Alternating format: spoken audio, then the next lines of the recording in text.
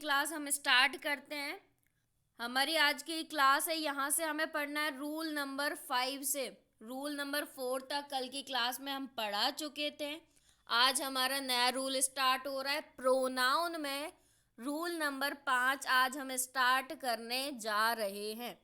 ठीक, चलो समझ लो। सबसे पहले तो हम प्रोनाउन को हिंदी में क्या बोलते हैं? सर्वनाम। सर्वनाम का मतलब ऐसे नाम, सर्वनाम का मतलब ऐसे शब्द जिनका प्रयोग नाउन यानी संज्ञा के स्थान पे किया जाता है, उनको हम सर्वनाम कहते हैं। इंग्लिश में भी वही मीनिंग है, हिंदी में भी वही मीनिंग है। प्रोनाउन क्या होते हैं? जो नाउन के प्लेस पे यूज होते हैं, उनको हम प्रोनाउन कहते हैं साधारण सी भाषा में। ठीक, तो हम बोल सकते हैं यदि एक सेंटेंस में किसी व्यक्ति का जिक्र बार बार हो रहा हो तो ऐसी कंडीशन में हम उस व्यक्ति का पहली बार तो नाम लेते हैं, दूसरी बार उसको वह कह के संबोधित करते हैं। ठीक, तो बोल सकते हैं दूसरी बार हम उसकी जगह नाउन की जगह यानी संज्ञा की जगह सर्वनाम का प्रयोग करते हैं। ठीक, हम रूल नंबर 4 पढ़ चुके थे। आज हम रूल नंबर 5 से स्टार्ट कर रहे हैं। चलिए, तो हम फोकस करते हैं रूल नंबर 5 पे। रूल नंबर 5 क्या कहता है? रूल नंबर 5 कहता है जब इट का प्रयोग सब्जेक्ट की तरह किया जाए तो इसके बाद हमेशा सब्जेक्टिव प्रोनाउन आता है। ठीक, अब सब्जेक्टिव प्रोनाउन क्या होता है? सब्जेक्टिव प्रोनाउन जो किसी सेंटेंस में कर्ता का कार्य करता है, उसको हम सब्जेक्टिव प्रोनाउन कहते हैं। कर्ता का कार्य मतलब जिसके द्वारा कार्य किया जा रहा है, उसको हम सब्जेक्ट बोलते हैं। ठीक, यानी कर्ता बोलते हैं। कर्ता कारक का नाम सुना है ना आपने? तो कर्ता कौन होता है? जिसके द्वारा किसी कार्य को किया जा रहा है। सेंटेंस में जो किसी बात को कहता है वो कर्ता कहलाता है, यानी सब्जेक्ट कहलाता है। अब सब्जेक्ट में किसी का नाम भी हो सकता है, या फिर अगर नाम नहीं होगा तो he, she, it, I, we, you, they, ये हो सकते हैं। ठीक, मैं, तुम, हम, वह, वे, ये जो शब्द आपको सुनने में मिलते हैं उनको हम क्या बोलते हैं? कर्ता सर्वनाम यानी सब्जेक्टिव प्रोनाउन कहते हैं। किसी भी सेंटेंस में अगर इन शब्दों से स्टार्टिंग हो रही है तो इसका मतलब है कि वो क्या है? सब्जेक्टिव प्रोनाउन है। प्रोनाउन में क्या क्या वर्ड्स आते हैं आपके? आई, वी, यू, दे, ये साइड में लिखे हुए हैं। ये सारे के सारे वर्ड किस में आते हैं? प्रोनाउन में आते हैं। दिख रहे हैं आपको अच्छे से? ये लिखे हुए हैं अलग से। ठीक, ये सभी क्या कहलाते हैं? आपके सब्जेक्टिव प्रोनाउन कहलाते हैं। प्रोनाउन में I, we, you, they, he, she, ये सभी क्या आते हैं? ये शब्द आते हैं। किसी भी नाउन के स्थान पे या संज्ञा के स्थान पे जब बार बार संज्ञा का जिक्र होता है तो उस जगह हम क्या रख देते हैं? प्रोनाउन को रख देते हैं। ठीक है, लेकिन हमारा रूल नंबर 5 क्या कहता है? हमारा रूल नंबर 5 कहता है जब इट का प्रयोग सब्जेक्ट की तरह किया जाए तो इसके बाद हमेशा सब्जेक्टिव प्रोनाउन आता है। जैसे आपने ये सेंटेंस कभी सुना होगा, ये मैं हूं। ये शब्द सुना है कभी? जैसे आपने गीता वगैरह पढ़ी हो तो उसमें ये शब्द कई बार इस शब्द का जिक्र होता है। ये मैं हूं जिसने ब्रह्मांड की रचना की, सुना होगा ये शब्द, है ना? ये मैं हूं जिसने इस संसार को बनाया। तो ये मैं हूं शब्द, जो ये जो आपकी लाइन है, ये मैं हूं, यानी इसको अगर हम इंग्लिश में बोलेंगे तो किस प्रकार से बोलेंगे? It is I. ये मैं हूं मतलब इट इज आई, ये मैं हूं। यह तुम हो, इट इज यू। ये वह है, इट इज ही और शी। ये वे हैं, इट इज दे। यानी ऐसे शब्द जो इट को संबोधित कर रहे हैं। अब देखो, इंडिकेशन के बारे में हम बात कर रहे हैं यहाँ पे, यानी इट का जो प्रयोग होता है, इट के बाद यदि आपको इज, एम, आर या वाज, वर लगा दिख रहा है तो उसके तत्काल बाद आपको कौन से शब्दों का प्रयोग करना है? सब्जेक्टिव प्रोनाउन का प्रयोग करना है। हमारा रूल नंबर 5 सिर्फ इतनी सी बात कहता है कि यदि आपका किसी सेंटेंस में इट पे नजर जाती है, यानी कोई भी सेंटेंस आपका यदि इट से शुरू हो रहा है, पहले तो हमने आपको पिछली क्लासों में ये बताया होगा कि इट का प्रयोग किसी जानवर या निर्जीव वस्तु के साथ में होता है, लेकिन इट का प्रयोग कभी कभी ह्यूमंस यानी मनुष्य के नाम के साथ में भी होता है। कब होता है? जब हम खुद को या किसी व्यक्ति को संबोधित करते हैं, या फिर बोल सकते हैं जब हम खुद को या किसी व्यक्ति के बारे में बताते हैं कि ये वही व्यक्ति है, या फिर ये मैं हूँ। इस प्रकार के जब शब्द हमें सुनने मिलते हैं तो उसके साथ में सबसे पहले स्टार्टिंग में इट का प्रयोग किया जाता है। यह मैं हूँ, यह तुम हो, यानी it is me, sorry, it is I, it is you.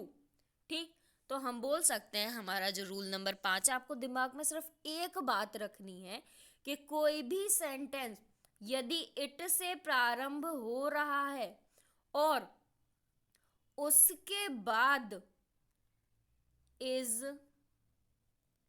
M, are, ठीक, इज, एम, आर क्या हेल्पिंग वर्ब है, टेंस में आपने पढ़ी होंगी, और वॉज, वर, WERE, वर, अगर आपको इट के बाद ये हेल्पिंग वर्ब लगे दिख रहे हैं तो इसका मतलब है कि यहाँ इट किसी को इंडिकेट कर रहा है। तो इंडिकेशन की जगह आपको क्या लगाना है? यदि आपको इट दिखता है उसके बाद ये वाली हेल्पिंग वर्ब दिखती हैं, ये वाली, तो आपको कुछ नहीं सोचना, आपको ये सोचना है कि ये वर्ब के बाद हमें क्या लगाना है? सब्जेक्टिव प्रोनाउन का प्रयोग करना है, जैसे I, we, you, he, she, it, इनका प्रयोग करना है। ठीक, ये चीज इतनी सी समझ में आई। अगर नहीं आई है तो भी कोई बात नहीं है, हम एग्जाम्पल से इसको समझते हैं। ठीक, चलिए हम आगे एग्जाम्पल से देखते हैं इसको। देखिए, ये कुछ उदाहरण आपके लिए लिखे हुए हैं। पहला सेंटेंस है, it is I/me who created this world, यानी ये मैं हूं जिसने संसार को बनाया है। ठीक, तो यहां मैंने आपको क्या बताया था? रूल नंबर 5 क्या कहता है? यदि आपको सेंटेंस की स्टार्टिंग इट से मिलती है, उसके बाद इज, एम, आर, वॉज, वर, ये हेल्पिंग वर्ब मिलते हैं, तो उसके बाद आपको सब्जेक्टिव प्रोनाउन का प्रयोग करना है। सब्जेक्टिव प्रोनाउन क्या होते हैं? आई, वी, यू, ही, शी और दे। तो आपको ये देखना है कि हमसे पूछा क्या जा रहा है? हमसे ये पूछा जा रहा है आई और मी में से इस सेंटेंस में क्या आएगा? तो हमें पता है इट लगा हुआ है, हाँ लगा हुआ है। इट के बाद इज, एम, आर और वाज, वेयर में से कोई एक हेल्पिंग वर्ब आनी चाहिए। आ रही है, इज आ रही है, तो उसके हिसाब से क्या लगना चाहिए? सब्जेक्टिव प्रोनाउन, क्योंकि ऑब्जेक्टिव प्रोनाउन क्या होते हैं? मी, अस, हिम, हर, देम। ठीक, तो यहाँ पे क्या लग जाएगा? आई लग जाएगा। Okay, very good.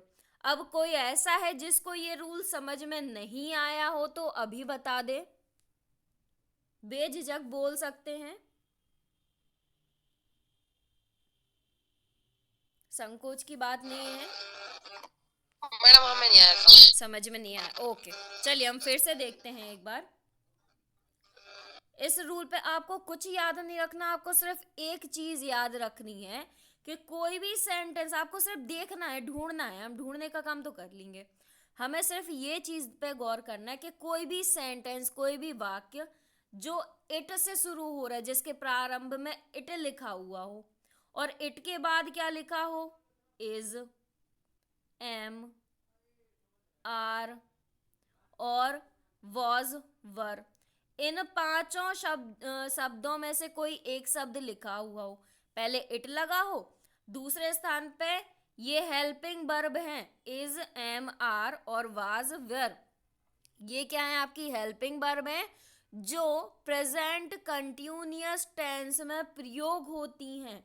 तो प्रेजेंट कंटिन्यूअस टेंस की अगर कोई भी हेल्पिंग वर्ब आपको इट के बाद, तत्काल बाद मिलती है, तो आपको ऐसी कंडीशन में क्या करना है? आपको ऐसी कंडीशन में अगर इनमें से कोई भी शब्द आपको दिख रहा है तो आपको उसका प्रयोग करना है, क्योंकि इन शब्दों को हम सब्जेक्टिव प्रोनाउन कहते हैं। ये शब्द क्या क्या लिखे हैं? आई, वी मीन्स हम, यू मीन्स तुम, ही मीन्स वह। शी किसके लिए यूज करते हैं? फीमेल के लिए, शी मीन्स वह, दे मीन्स वे। ठीक, तो हमारा रूल नंबर 5 है वो सिर्फ इतना कहता है कि यदि कोई सेंटेंस का प्रारंभ इट से शुरू हो रहा है और उसके बाद ये is, am, are, was, were, इनमें से कोई भी एक शब्द यदि आ रहा है तो आपको सब्जेक्टिव प्रोनाउन का प्रयोग करना होगा। सब्जेक्टिव प्रोनाउन यानी ये लिखे हुए हैं आई, बी, यू, ही, शी, दे। ये शब्द क्या कहलाते हैं? सब्जेक्टिव प्रोनाउन कहलाते हैं। अब बताइए, अब थोड़ा सा समझ में आया क्या? अब मैं आपसे ही जी मैडम। पूछती हूँ, है ना? अब मैं आपसे ही पूछती हूँ, ये फर्स्ट क्वेश्चन है, इसमें लिखा है इट इज। यहाँ पे आई और मी में से आपको बताना है सही वर्ड क्या आएगा, आई आएगा या मी आएगा। आगे लिखा है हु क्रिएटेड दिस वर्ल्ड, तो यहाँ पे आई और मी में से क्या आएगा? बताएं। मैडम आई आएगा। आई आएगा, बिल्कुल सही है। आई आएगा। बस हमें यही चीज देखनी थी कि यदि किसी सेंटेंस की स्टार्टिंग इट से हो रही है, हाँ हो रही है, आई इट से हो रही है, हो रही है, इसके बाद कंटिन्यूअस टेंस की कोई हेल्पिंग वर्ब है क्या? कंटिन्यूअस टेंस में हेल्पिंग वर्ब क्या होती हैं? इज, एम, आर, वॉज, वर। क्या इनमें से कोई हेल्पिंग वर्ब है? हाँ है, इज लगा हुआ है, ये दिख रहा है हमें, इज। ठीक, तो उसके तत्काल बाद क्या आना है? सब्जेक्टिव प्रोनाउन आना है। आई और मी में से सब्जेक्टिव प्रोनाउन क्या होगा? आई होगा। तो जाहिर सी बात है यहाँ पे क्या आ रहा है? आई आएगा, मी नहीं आएगा। इसी प्रकार से आपसे दूसरा सेंटेंस पूछा जा रहा है। दूसरा सेंटेंस क्या है? It was she slash her at the door in the morning. तो यहाँ शी और हर में से क्या आएगा? सी। बाकी लोग बताएं। मैडम सी आएगा। शी आएगा, बिल्कुल सही है, क्योंकि सी क्या है? सब्जेक्टिव है और हर क्या होता है? उसका ऑब्जेक्टिव केस होता है। बिल्कुल सही आपने जज किया। तीसरा question, was it he slash him who complete the task on time. तो वॉज इट मतलब हमने सिर्फ जगह का फेरबदल किया है, हम इट वॉज लिख सकते हैं। और यदि क्वेश्चन वाला कोई सेंटेंस है तो हम उसको क्या करेंगे? फेरबदल कर देंगे, तो हम वॉज इट भी लिख सकते हैं। ठीक, दोनों ही कंडीशन सही मानी जाएंगी। तो यहाँ पे वॉज इट भी सही माना जाएगा। सेंटेंस में इट लिखा है, हाँ लिखा है। इज, एम, आर, वॉज, वर में से कोई एक शब्द है, हाँ है। तो ऐसी कंडीशन में हमें सब्जेक्टिव प्रोनाउन चुनना है, तो ही और हिम में से सब्जेक्टिव प्रोनाउन क्या होगा? ही होगा। ही होगा, बिल्कुल सही है, जज कर लिया आपने, very easy. Fourth sentence, it was he not me who misbehave with your father. इसके बाद है नो एरर। तो इस क्वेश्चन को समझो थोड़ा सा, ये जो फोर्थ वाला क्वेश्चन है इसमें आपसे ये पूछ रहे हैं कि ऐसा कौन सा पार्ट है जिसमें मिस्टेक लिखी हुई है, कुछ गड़बड़ी है सेंटेंस में, और अगर इसमें कोई भी गड़बड़ी नहीं है तो हम नो एरर पे टिक करेंगे, यानी ऑप्शन डी। अगर आपको फर्स्ट पार्ट में कुछ गड़बड़ी दिख रही है तो आप क्या लगाओगे? ऑप्शन ए पे टिक करोगे। अगर आपको इस पार्ट में कोई गड़बड़ी दिख रही है तो आप क्या करोगे, बी पे टिक करोगे। अगर आपको योर फादर यानी तीसरे पार्ट में गड़बड़ी दिख रही है तो आप सी पे ऑप्शन करोगे। अगर कोई भी सेंटेंस में गड़बड़ी नहीं है तो आप नो एरर पे लगाओगे। तो आपको सिर्फ एक चीज देखनी है, क्या इसमें इट लिखा है, हाँ लिखा है। क्या इसमें हेल्पिंग वर्ब में प्रेजेंट कंटिन्यूअस टेंस की हेल्पिंग वर्ब है, हाँ है। क्या इसमें सब्जेक्टिव प्रोनाउन लगा हुआ है, लगा है मैम। लगा है, तो बस हो गया काम। यानी कि इस सेंटेंस में क्या नो एरर होगा। नो एरर होगा, बिल्कुल सही, क्योंकि इसमें कोई भी मिस्टेक नहीं है। तो यहाँ पे ऑप्शन डी पे हम टिक कर देंगे नो एरर, यानी सेंटेंस में कोई भी गड़बड़ी नहीं है। आपके हिसाब से कोई गड़बड़ी है क्या? अभी भी अच्छे से देख लो, बताओ। अब मैं बताऊं गड़बड़ी है कि नहीं है? अब मैं बताऊं गड़बड़ी है कि नहीं? हाँ। इस सेंटेंस में गड़बड़ है, पूछो क्या क्या है मैम? इस सेंटेंस में ये गड़बड़ है, यहाँ मी नहीं आएगा। मैंने क्या बोला है, इट लगा है, वॉज लगा है, तो इसके बाद सब्जेक्टिव केस का प्रयोग होना है। ही लगा है, ठीक है, इसके बाद क्या लिखा है, नॉट मी लिखा है, नॉट मी नहीं आएगा, यहाँ पे मी की जगह आई आएगा। It was he not I. समझ में आया? जी मैम। क्लियर हो गया? यहाँ पे मी नहीं आएगा, आई आएगा। क्यों? सब्जेक्टिव केस आना है। इट वॉज लिखा हुआ है, इट वाले जितने भी सेंटेंस होते हैं और उसमें helping verb present continuous tense की लगी होती है, तो ऐसी कंडीशन में उसके बाद जितने भी बोल सकते हैं ना प्रोनाउन होते हैं, वो कौन से होते हैं, सब्जेक्टिव केस वाले प्रोनाउन होते हैं। मी क्या है, ऑब्जेक्टिव केस में आता है, ठीक। सब्जेक्टिव केस में क्या आता है, ही आता है। कल की क्लास में हमने आपको सब्जेक्टिव ऑब्जेक्टिव के बारे में अच्छे से बताया था। क्लियर सभी को? चलो आगे देखते हैं। अब आती है बात पजेसिव प्रोनाउन की। पजेसिव प्रोनाउन क्या होते हैं, इनके बारे में हम बात करते हैं, ठीक। पजेसिव प्रोनाउन ऐसे प्रोनाउन जिनका प्रयोग अधिकार दर्शाने के लिए किया जाता है। पजेसिव का मतलब ही होता है अधिकार दिखाना। कभी कभी आपने ये सुना होगा ना कि किसी से आप बहुत पजेसिव हो रहे हो। पजेसिव हो रहे मतलब चिंतित हो रहे हो। तो चिंतित व्यक्ति कब होता है, जब वो अपना अधिकार जताता है, ठीक। बोलते ना, आपने सुना होगा, मूवी वगैरह में भी सुना होगा, आप मुझे लेके बहुत पजेसिव हो। पजेसिव हो मतलब चिंतित, मतलब कि आप मुझ पे अधिकार जताते हो, तब तो आप पजेसिव हो। तो पजेसिव शब्द का मतलब ही होता है अधिकार जताना, ठीक। पजेसिव का मतलब क्या होता है, अधिकार जताना। तो ऐसे शब्द जिनसे हमें किसी चीज पे अधिकार के बारे में संबंध समझ में आता है, उनको हम क्या बोलते हैं, पजेसिव प्रोनाउन बोलते हैं। जैसे एक छोटा सा उदाहरण है, यह मेरा मोबाइल है, यानी कि यह मोबाइल मेरा है। हम दोनों तरीके से बात कर सकते हैं, यह मोबाइल मेरा है या यह मेरा मोबाइल है, बोल सकते हैं ना।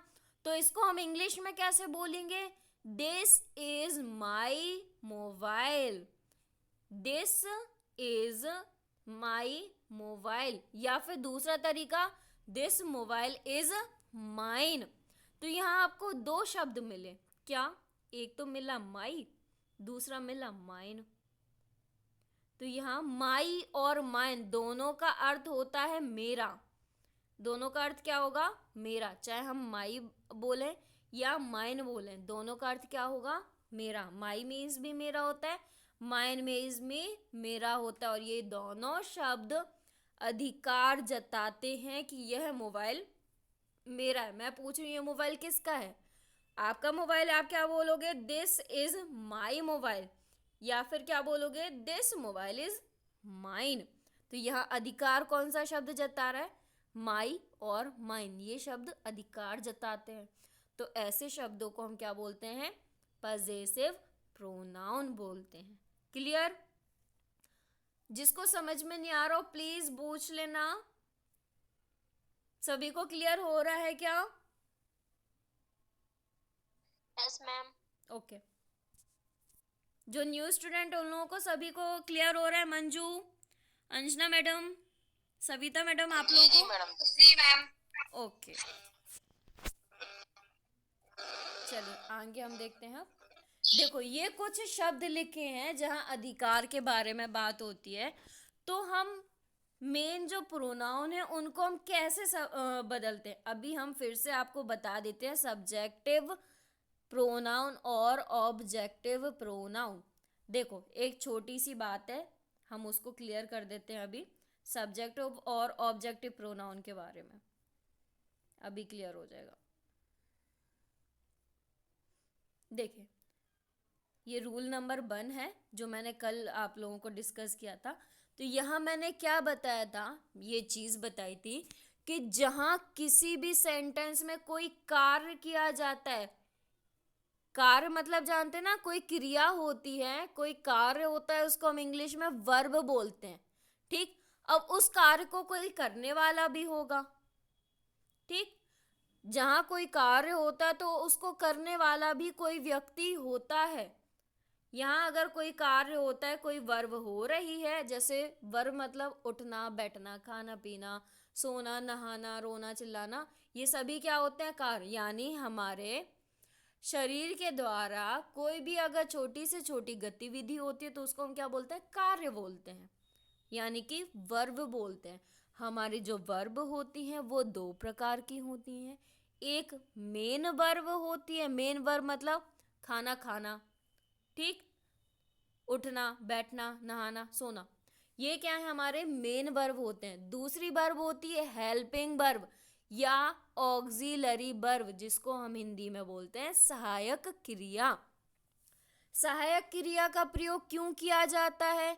सहायक क्रिया का प्रयोग इसलिए किया जाता है ताकि हम समझ सकें कि जो कार्य हुआ है वो किस समय में हुआ है, यानी वर्तमान में कार्य चल रहा है या पहले हो चुका है, ठीक, या निरंतर चल रहा है।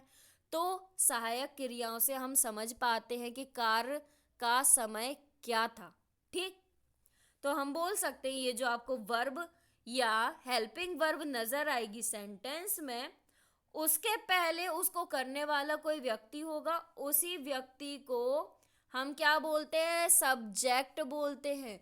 ये जो सब्जेक्ट होता है ये नाउन यानी संज्ञा के रूप में भी हो सकता है और प्रोनाउन यानी सर्वनाम के रूप में भी हो सकता है। नाउन मतलब किसी व्यक्ति का नाम भी हो सकता है, या फिर I, we, you, he, she, it और दे, इनके रूप में भी हो सकता है। यानी कार्य मैं भी कर सकती हूँ, आप भी कर सकते हो। ठीक, जैसे मैं आपको पढ़ा रही हूँ, तो मैं कौन हो गई? कर्ता यानी सब्जेक्ट। किसको पढ़ा रही हूँ? पढ़ाने का काम हो रहा है ना यहाँ पे। किसको पढ़ा रही हूँ? आप लोगों को, स्टूडेंट्स को पढ़ा रही हूँ। तो ये जो स्टूडेंट वर्ड हुआ ये क्या हो जाएगा? आपका ऑब्जेक्ट हो जाएगा। ठीक, तो हम बोल सकते हैं आई हमारा जो शब्द है, इसको यदि हमें ऑब्जेक्ट केस में बदलना है, यानी वर्ब के बाद प्रयोग होने वाले प्रोनाउन को हम ऑब्जेक्टिव प्रोनाउन कहते हैं और वर्ब के पहले प्रयोग होने वाले प्रोनाउन को सब्जेक्टिव प्रोनाउन कहते हैं। इतना समझ में आ गया? ठीक, तो हम बोल सकते हैं ऑब्जेक्टिव प्रोनाउन कौन कौन से हो रहे हैं? आई को हम किस में बदल देते हैं? मी में बदल देते हैं। वी को अस में, यू की जगह यू रहता है, ही की जगह क्या हो जाएगा? हिम हो जाएगा, शी की जगह हर हो जाएगा, इट का इट रहता है और दे की जगह डैम हो जाएगा। तो ये जो आपके प्रोनाउन दिख रहे हैं ये कौन से प्रोनाउन कहलाते हैं? Objective pronoun. और इस साइड जो प्रोनाउन लिखे हैं ये कहलाते हैं सब्जेक्टिव प्रोनाउन। अब तो समझ में आ गया ना? ऑब्जेक्टिव प्रोनाउन कौन से? जो वर्ब के बाद प्रयोग हो रहे हैं। सब्जेक्टिव प्रोनाउन कौन से? जो वर्ब के पहले प्रयोग हो रहे हैं, कर्ता के स्थान पर प्रयोग हो रहे हैं। ठीक, चलिए अब हम आगे जिक्र करते हैं।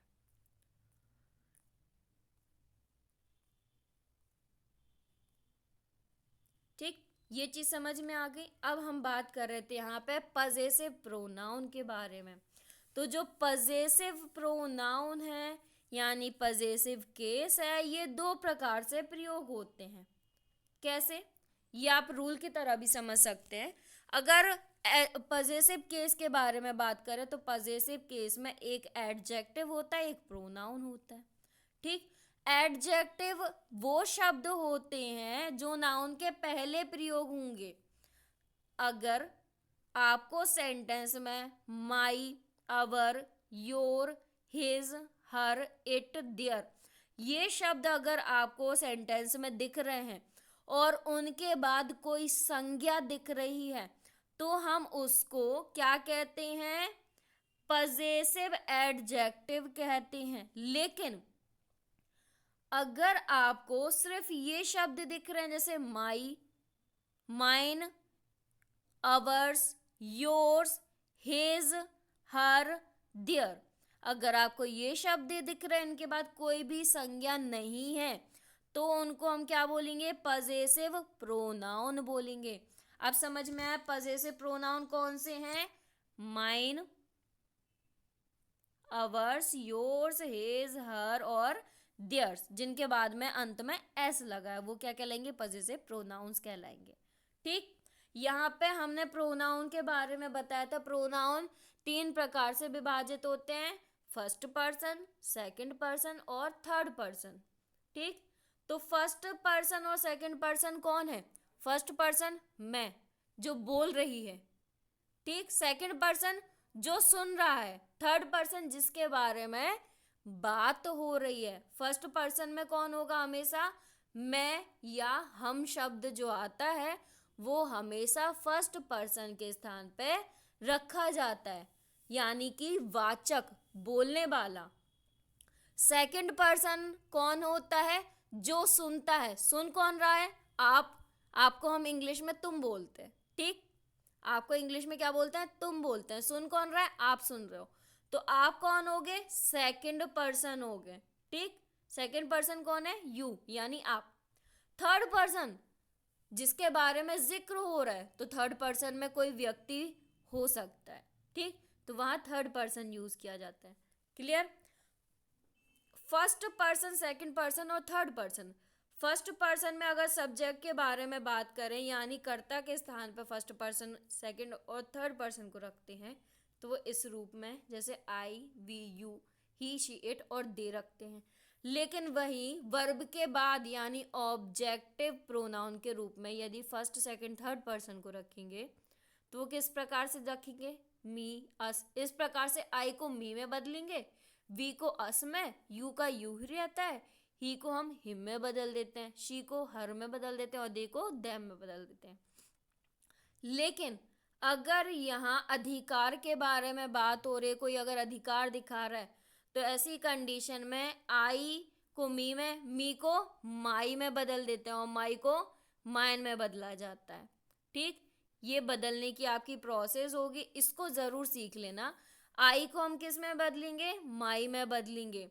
वी को अवर में, यू का योर हो जाएगा, ही का हिज हो जाएगा, शी का हर, इट का इट्स, दे का देयर। समझ में आया? तो पजेसिव प्रोनाउन और पजेसिव एडजेक्टिव दो चीजें हम बता रहे हैं यहाँ पे। अगर पजेसिव प्रोनाउन के बारे में बात करें तो माइन, अवर्स, योर्स, हिज, हर और देयर्स ये पजेसिव प्रोनाउन है। इनके बाद में नाउन यानी संज्ञा नहीं लगती। लेकिन पजेसिव एडजेक्टिव क्या कहलाते हैं? जिनके अंत में कोई संज्ञा लगती है। आपको इतना भाग याद रखना है। माई, our, your, his, her, it's और देयर, इन शब्द के बाद में क्या लगना है? नाउन लगना है। और इन सभी शब्द के बाद नाउन का प्रयोग नहीं होना। बस इतना याद रखना है आपको। अब हम उदाहरण से समझते हैं। अगर किसी को क्लियर नहीं हुआ है तो अभी पूछ सकते हो आप लोग। ये रहे कुछ उदाहरण। हमने आपसे क्या बोला? हमने आपसे ये बोला है आपको चॉइस करना है। क्या चॉइस करना है? यू और योर में क्या आएगा। अब हम कैसे पता करें कि यू और योर में क्या आएगा? तो हम कैसे पता करेंगे? हमने आपको बताया जो पजेसिव एडजेक्टिव हैं उनके साथ में कोई नाउन लगा होगा, लेकिन जो पजेसिव प्रोनाउन है उनके साथ में कोई भी नाउन नहीं लगा होगा। ठीक, तो पहला सेंटेंस मैं आपको करके बता रही हूँ, बाकी आप बताओगे। पहले सेंटेंस में क्योंकि कार लिखा है, कार क्या है? एक वस्तु है, एक नाउन है, तो उसके साथ में योर्स नहीं आएगा। क्या आएगा? योर आएगा।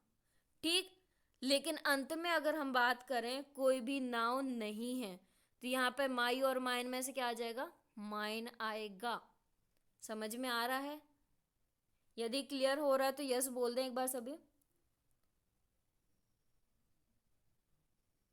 मुझे वॉइस नहीं आ रही किसी की। Yes ma'am. ओके, चलिए अब ये दूसरा सेंटेंस है, ये आप लोग करके बताएंगे। दूसरे सेंटेंस में this is my slash mine house where is your, where is yours या योर, दोनों में से क्या आएगा ये पूछा जा रहा है। तो इस सेंटेंस को कौन करके बताएगा? सभी को करना है, बताएं जल्दी से।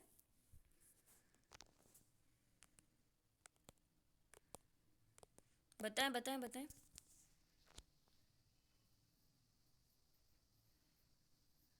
मैम हाँ, माई लगेगा। फर्स्ट टाइम क्या लगेगा?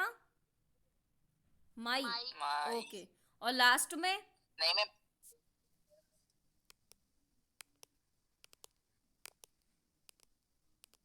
बोलो बोलो। Last time you. योर्स लगेगा। समझ ले दोबारा से एक बार इस रूल को। आपका रूल क्या कह रहा है? आपका रूल ये कहता है कि यदि सेंटेंस में आपको ये शब्द दिख रहे हैं तो उसके बाद कोई नाउन होना जरूरी है, और यदि नाउन नहीं है सेंटेंस में तो उसका मतलब हमें कौन से शब्द का प्रयोग करना है? इन शब्द का प्रयोग करना है। उदाहरण हम सारे समझा देते हैं आपको, जो भी आपको क्वेश्चंस करने के लिए देते हैं उनको हम समझते हैं। पहला सेंटेंस क्या लिखा है? सबसे पहले हम क्या देखेंगे? इसके पहले, सॉरी, इसके बाद क्या कोई नाउन है? हाँ है। क्या है? कार है। तो हमने आपसे क्या बोला था? हमने पजेसिव केस में दो चीजें बताई, एक एडजेक्टिव, दूसरा प्रोनाउन। एडजेक्टिव कहाँ प्रयोग होगा? नाउन के पहले। और पजेसिव प्रोनाउन कहाँ प्रयोग होगा? जहां नाउन नहीं होगा। ठीक, तो हम ये देखेंगे कार जो लिखा है ये क्या है? कोई नाउन है ना? नाउन है ना? तो नाउन के पहले क्या आना है? एडजेक्टिव। एडजेक्टिव क्या है? योर। योर क्या होगा? एडजेक्टिव होगा। हमने आपको लिस्ट भी भेज दी है, आप उसमें से अलग से खोल के देख सकते हो। ठीक, तो हमने माई, अवर, योर, हिज, हर और देयर ये शब्द बताए हैं। इनके साथ में हमेशा कोई ना कोई नाउन जुड़ा होगा। ठीक, अगर सेंटेंस में नाउन नहीं है इसका मतलब वहां पे क्या होगा? माई की जगह क्या हो जाएगा? माइन होगा। ठीक, अवर की जगह अवर्स हो जाएगा, योर की जगह योर्स, देयर की जगह देयर्स, ये शब्द होंगे। ठीक, बस अंतर थोड़ा सा अच्छे से समझ लेना। तो हम बोल सकते हैं क्योंकि यहाँ पे कार लिखा एक नाउन है इसलिए हमें पजेसिव एडजेक्टिव चाहिए। पजेसिव एडजेक्टिव क्या होगा? योर होगा। लेकिन यहाँ लास्ट में आप देख सकते हो इज देयर, यहाँ कोई नाउन तो नहीं है, तो ऐसी कंडीशन में माई और माइन में से हम क्या प्रयोग करेंगे? माइन करेंगे। ठीक, दूसरा सेंटेंस यहाँ पे आप देख सकते हो माई और माइन में से क्या प्रयोग करें? वो डिपेंड करेगा नाउन पे, क्योंकि यहाँ बीच में नाउन लिखा हुआ है, हाउस लिखा हुआ है, तो यहाँ पे पजेसिव एडजेक्टिव प्रयोग होगा। पजेसिव एडजेक्टिव क्या है? माई। लेकिन अंत में आप देख रहे हो कोई भी नाउन नहीं है तो पजेसिव प्रोनाउन का प्रयोग करेंगे। पजेसिव प्रोनाउन क्या है? योर्स। ठीक, समझते जाना, योर नहीं लगेगा, योर्स लगेगा। क्यों लगेगा? क्योंकि वो पजेसिव प्रोनाउन है।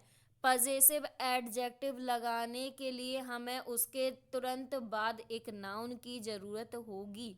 अगर नाउन नहीं है तो पजेसिव प्रोनाउन का प्रयोग होगा, और अगर नाउन है तो पजेसिव एडजेक्टिव का प्रयोग होगा। नाउ एडजेक्टिव और प्रोनाउन की लिस्ट हम व्हाट्सएप पे डाल चुके हैं, आप उसको देख सकते हो। अगला सेंटेंस, क्या इस सेंटेंस में कोई नाउन है? नहीं, हमें तो कोई नाउन नहीं दिख रहा। इज़ अ ग्रेट कंट्री, तो ये तो कोई नाउन नहीं है। तो ऐसी कंडीशन में जब सेंटेंस में नाउन ही ना हो तो हम क्या करेंगे? योर नहीं लगाएंगे, क्या लगाएंगे? योर्स लगाएंगे, यानी पजेसिव प्रोनाउन लगाएंगे। ठीक, सॉरी, अवर्स लगाएंगे, योर नहीं लिखा है, अवर्स लिखा है हुआ। ठीक, आगे देखते हैं क्वेश्चन नंबर 4 और 5। क्वेश्चन नंबर 4 क्या कह रहा है? माई और mine is a new car. तो यहाँ न्यू कार लिखा हुआ है। न्यू कार क्या है? एक नाउन ही तो है। ठीक, नई गाड़ी, न्यू कार, तो ये नाउन है। तो नाउन के ठीक पहले एडजेक्टिव का प्रयोग होना है। एडजेक्टिव माई और माइन में से क्या होगा? माई होगा, माइन नहीं होगा। लेकिन अंत में कोई भी नाउन नहीं है, इसलिए हम प्रोनाउन का प्रयोग करेंगे, एडजेक्टिव का नहीं करेंगे। अगला सेंटेंस है, yours is a beautiful house. सुंदर, ब्यूटीफुल हाउस है ना, सुंदर घर है। तो हम यहाँ क्या लगाएंगे? योर लगाएंगे, योर्स नहीं लगाएंगे। क्या लगाएंगे? योर लगाएंगे, योर्स नहीं लगाएंगे। हाउस तो है ना, भले ब्यूटीफुल है लेकिन हाउस तो है, नाउन तो है ना। तो नाउन है तो हम क्या लगाएंगे? योर लगाएंगे, योर्स नहीं लगाएंगे। अब समझ में आ गया? किसी को कोई डाउट है क्या? सोनम, आपका शायद से ये लास्ट वाला गड़बड़ लिखा था, बाकी सारे सही थे, एक ये गड़बड़ था शायद से। मैम बता दो आप कहाँ पे?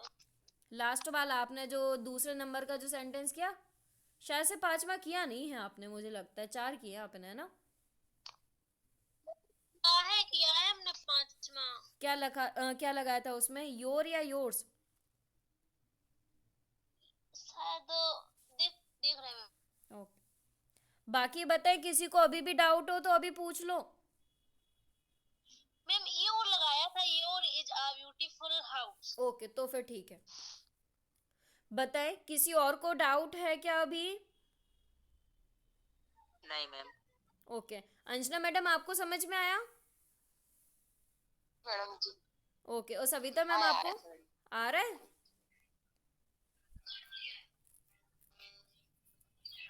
सविता मैडम की वॉइस नहीं आ रही मुझे। चलिए ठीक है, अब ये बताए, अब आ रहा है। ओके, अब कोई दिक्कत तो नहीं हो रही? इंग्लिश समझ में आ रही ना आप लोगों को क्लास में? हाँ।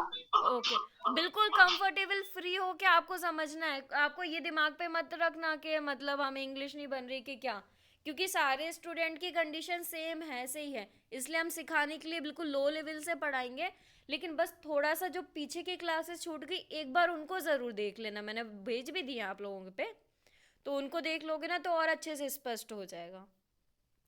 चलिए, इंग्लिश की क्लास हम आज यहीं तक रहने देते हैं, बाकी बच्चों से पूछते हैं, कंप्यूटर की भी क्लास लगानी है। ठीक है, इतने ही सफिशिएंट रहने दें आज।